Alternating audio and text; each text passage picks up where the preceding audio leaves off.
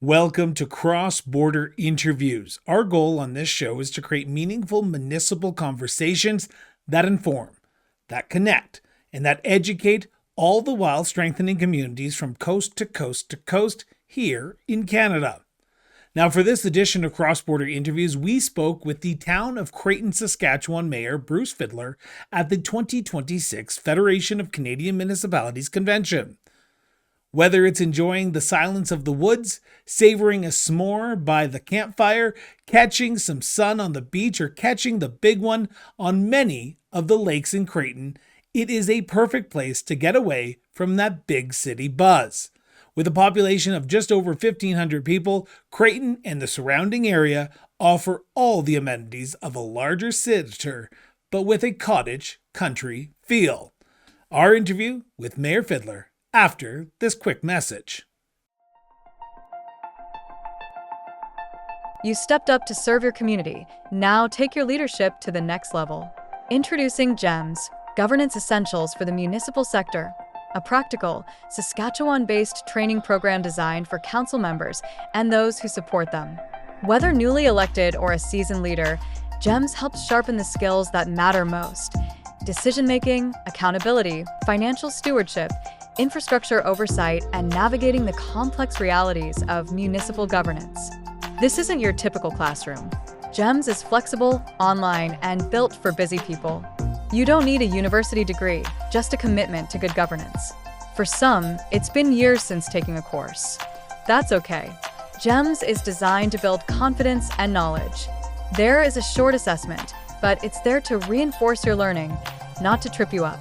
If cost is a concern, talk to your administrator, as there may be grants available to offset some of the costs.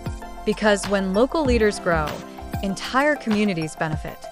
GEMS, because good governance isn't just important, it's essential.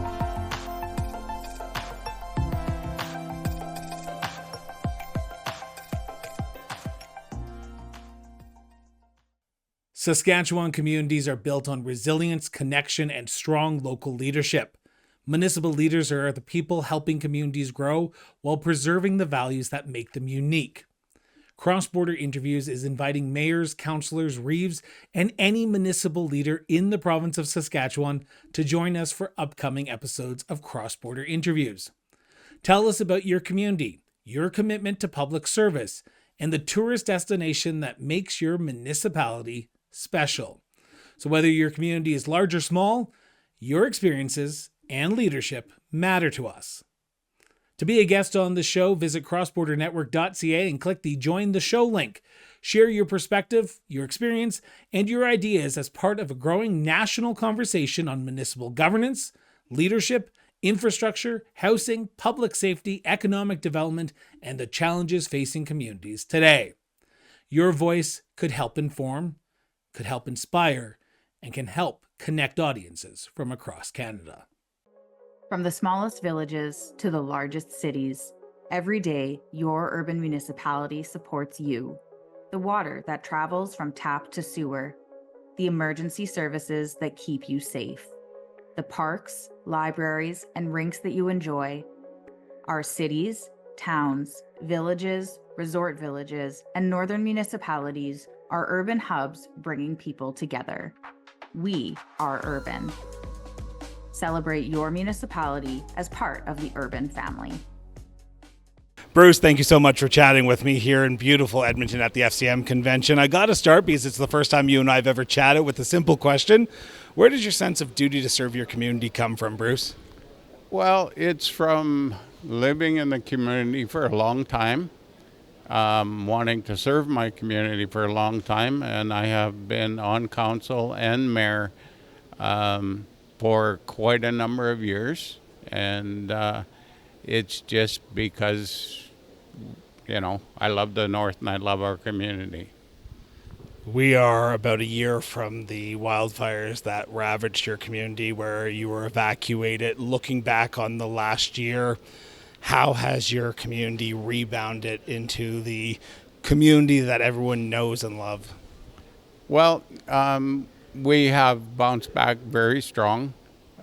We were very fortunate to have lost very little infrastructure compared to our neighbors, but there was a lot of stressful, traumatic happenings for all our residents, especially from being evacuated and not knowing what they're going to come back to. And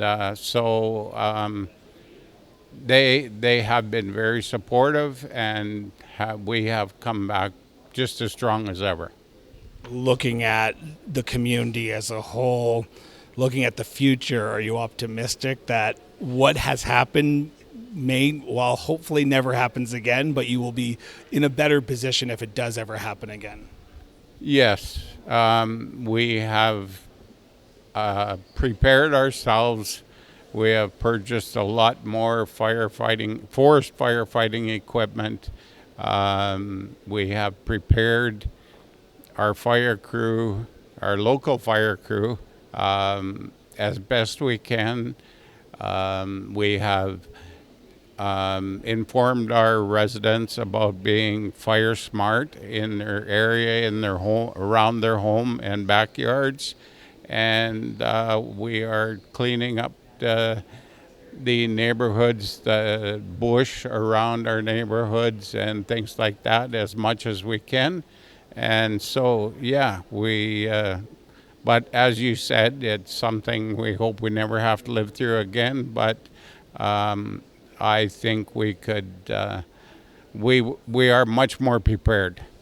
Last fall, I had the pleasure of visiting Creighton, and I stopped in at the Visitor Tourism Information Center right before it closed. I will say, yes, I did pick up a few things in there, so I spent some hard-earned economic dollars there. But I got a sense when I was walking around the town and talking to people that there's a resilience in Creighton, that people, while they were faced with adversity, they're willing to come back stronger than ever. What makes that sense a little bit more impactful for the people of Creighton, do you think? Well, it's pride in the community. They love their community, and they love the North, and that's where they want to be. And so they just are ready to fight for it and keep it. So I want to just flip a little bit to another subject just for a quick second, if you don't mind. Now, we all know that municipalities are facing some tough challenges right now. What would you say is the biggest challenge facing the town right now? Again, in your opinion, I should mention that in his opinion alone. Well, it's economics, but we have to, although we want to prepare as best we can for any emergency that comes up, it all takes money, and we have to rely on our residents, i.e. taxes whatsoever, to do this.